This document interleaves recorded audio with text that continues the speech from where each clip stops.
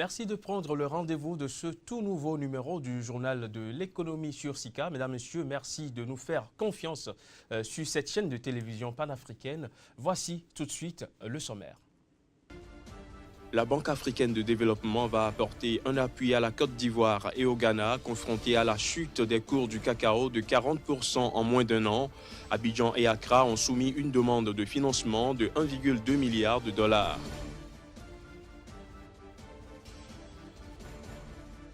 Au Ghana, la Banque centrale a retiré la licence de 2 banques commerciales, UT Bank et Capital Banks, et validé leur acquisition par Ghana Commercial Bank.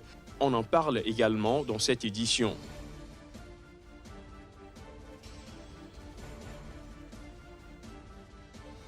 Et puis au premier trimestre 2017, le volume des échanges commerciaux entre le Bénin et la Chine a atteint plus de 38 milliards de francs CFA, des chiffres de l'Institut national de la statistique et de l'analyse économique.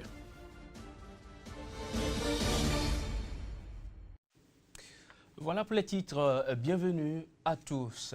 La Banque africaine de développement va apporter un appui à la Côte d'Ivoire et au Ghana. Ces deux pays sont confrontés en effet à la chute de 40% des cours du cacao en moins d'un an. Il faut dire que Abidjan et Accra ont soumis une demande de financement de 1,2 milliard de dollars à l'institution bancaire. Plus de détails à travers cet élément. La Côte d'Ivoire et le Ghana pourront avoir une bouffée d'oxygène. La Banque africaine de développement va leur apporter un appui. En effet, les deux pays sont confrontés à la chute des cours du cacao de 40% en moins d'un an. C'est au cours d'une visite au Ghana en début de mois que Akinwumi Adesina a annoncé la bonne nouvelle.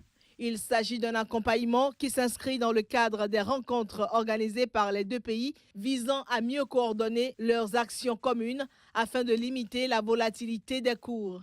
Abidjan et Accra ont à cet effet soumis à l'institution bancaire une demande de financement de 1,2 milliard de dollars. Cette enveloppe permettra d'alimenter un fonds de stabilisation et un fonds d'industrialisation au profit des deux pays qui représentent pas moins de 60% de l'offre mondiale de fèves. Somme toute, il sera question de soutenir la transformation locale de fèves ainsi que la consommation du chocolat et de produits dérivés du cacao sur les marchés locaux et régionaux. De même, il s'agira de bâtir des installations de stockage et d'entreposage afin de réguler la mise sur le marché des fèves, de mettre en place une bourse africaine du cacao, de lutter contre les maladies virales du cacaoyer, entre autres. Le défi est de taille pour la Côte d'Ivoire, dont le cacao représente 40% des exportations et 15% du PIB. La Banque africaine de développement annonce la constitution d'équipes d'experts qui vont effectuer une mission d'évaluation dans les deux pays. Au Ghana, la Banque centrale a retiré la licence de 2 banques commerciales, UT Bank et Capital Bank, puis validé leur acquisition par Ghana Commercial Bank. L'annonce a été faite à travers un communiqué rendu public lundi. Les agences des 2 établissements financiers restent cependant opérationnelles et sont désormais supervisées par Ghana Commercial Bank. Voici les images. Au Ghana, la Banque centrale a validé la reprise par Ghana Commercial Bank de l'ensemble du bilan de 2 autres banques commerciales du pays. Il s'agit de UT Bank et de Capital Banks qui font face à des défis financiers depuis quelque temps. Ghana Commercial Bank reprendra donc à son compte tous les actifs des 2 banques, mais il s'engage aussi à répondre de leurs passifs. Le groupe bancaire ghanéen a été choisi parmi 3 autres sur la base du prix d'achat offert, du coût du financement proposé, du nombre d'agences à retenir, du personnel à conserver et de l'impact que l'opération porterait sur ses fonds propres. Même si les licences des 2 établissements financiers ont été révoquées, leurs agences restent pleinement opérationnelles et sont désormais sous supervision de Ghana Commercial Bank. Une annonce de suspension de cotation des titres de UT Bank, l'une des banques en difficulté cotée sur Ghana Stock Exchange, le marché financier ghanéen, a été publiée lundi à l'attention des investisseurs. En bref, cette fois-ci, en Mauritanie, la croissance est restée faible avec une estimation à 1,7%. Pendant ce temps, la dette extérieure a continué par s'accroître pour atteindre 72% du produit intérieur brut. Il s'agit de chiffres révélés suite à une mission du Fonds monétaire international qui a séjourné dans le pays. Selon un communiqué de l'institution, le ralentissement de l'activité économique de la Mauritanie a également accentué les risques pesant sur sa stabilité financière. Et pour remédier à cette situation, les autorités mauritaniennes visent le renforcement de la supervision bancaire et préparent une stratégie nationale de croissance accélérée et plus inclusive pour la période allant de 2016 à 2030. Une stratégie qui comprend notamment des réformes structurelles et un vaste programme d'investissement en infrastructures financé sur ressources extérieures pour soutenir l'emploi et la croissance.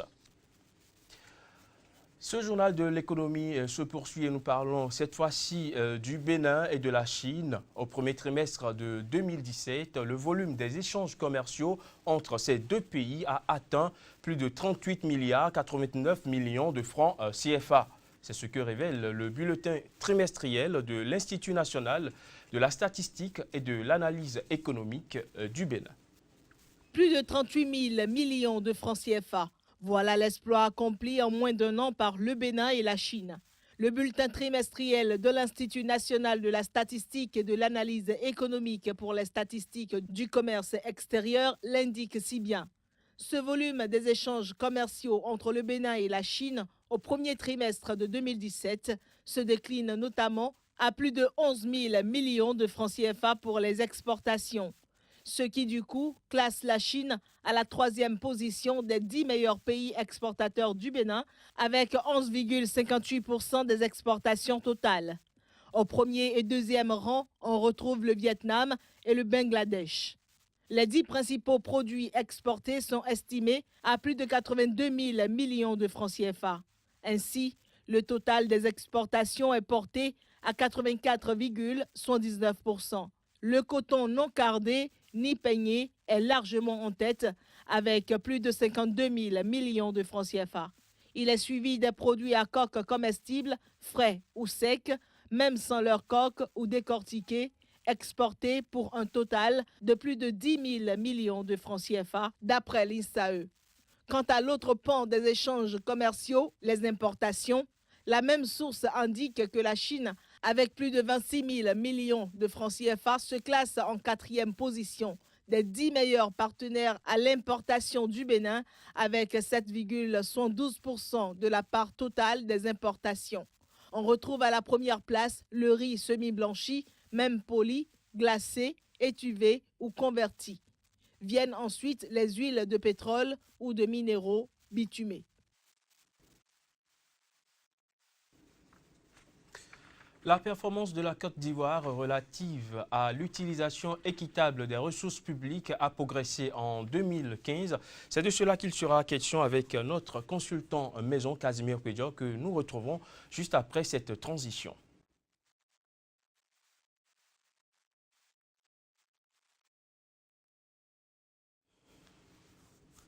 Casimir Pédio, un plaisir de vous retrouver autour de cette table pour parler économie. Aujourd'hui, nous parlons de la Côte d'Ivoire qui affiche quand même une belle performance dans le domaine de l'utilisation des ressources publiques. C'est ce que révèle, du moins, c'est la Banque mondiale.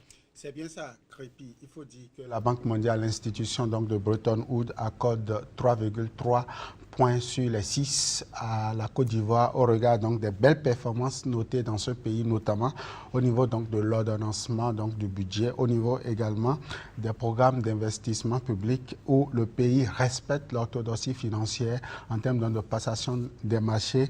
Le code des marchés publics est respecté en Côte d'Ivoire. Les marchés gré à gré respectent donc l'orthodoxie financière.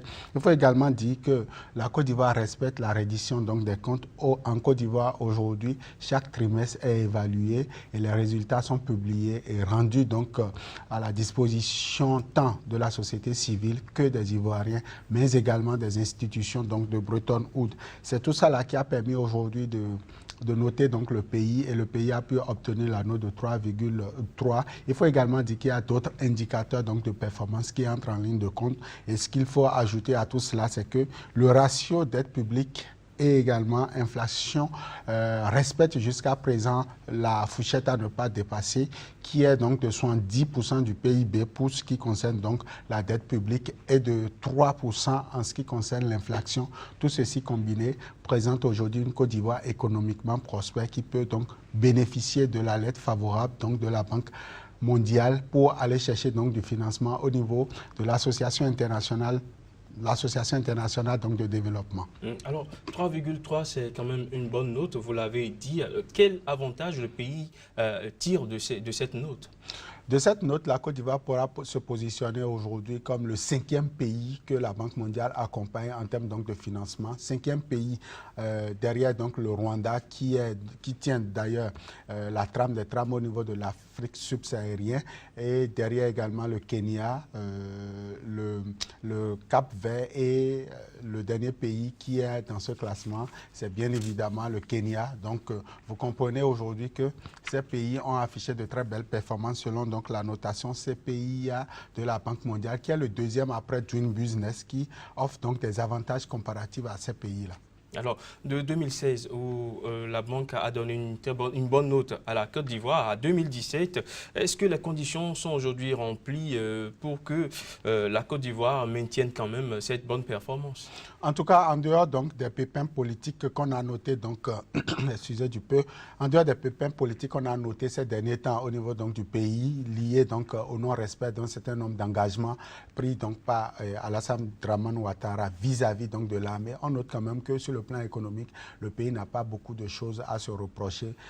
Les règles en la matière, c'est le développement, c'est la surabondance donc au niveau de la production agricole, c'est également la transformation donc des céréales. Aujourd'hui, la Côte d'Ivoire, premier pays exportateur donc de la noix de cajou, premier pays également en termes donc d'exportation du cacao. La Côte d'Ivoire aujourd'hui présente de très belles performances, et ça a d'ailleurs séduit davantage donc les institutions de Bretton Woods, que je pense d'ici à là vont également donner des notes en ce qui concerne Doing Business en termes des affaires. Et aujourd'hui, la Côte d'Ivoire pourra bénéficier d'autres accompagnements en termes. D'ailleurs, l'élément qui nous précédait annonce déjà la Banque ouest-africaine de développement comme un partenaire probable de la Côte d'Ivoire. On note tout de même une contre-performance, notamment en matière de politique de lutte contre l'exclusion sociale et de promotion.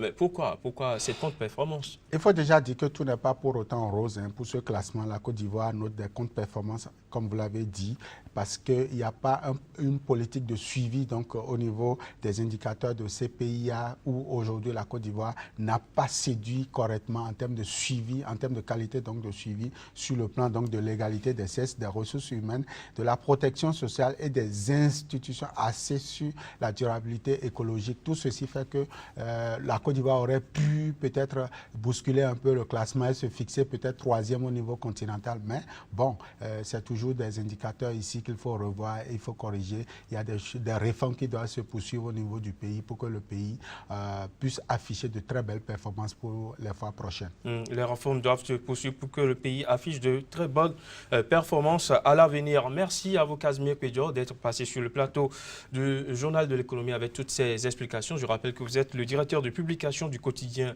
béninois d'information économique, Nouvelle Économie, qui paraît à Cotonou, au Bénin. On se retrouve certainement demain pour d'autres informations. Toujours avec le même plaisir.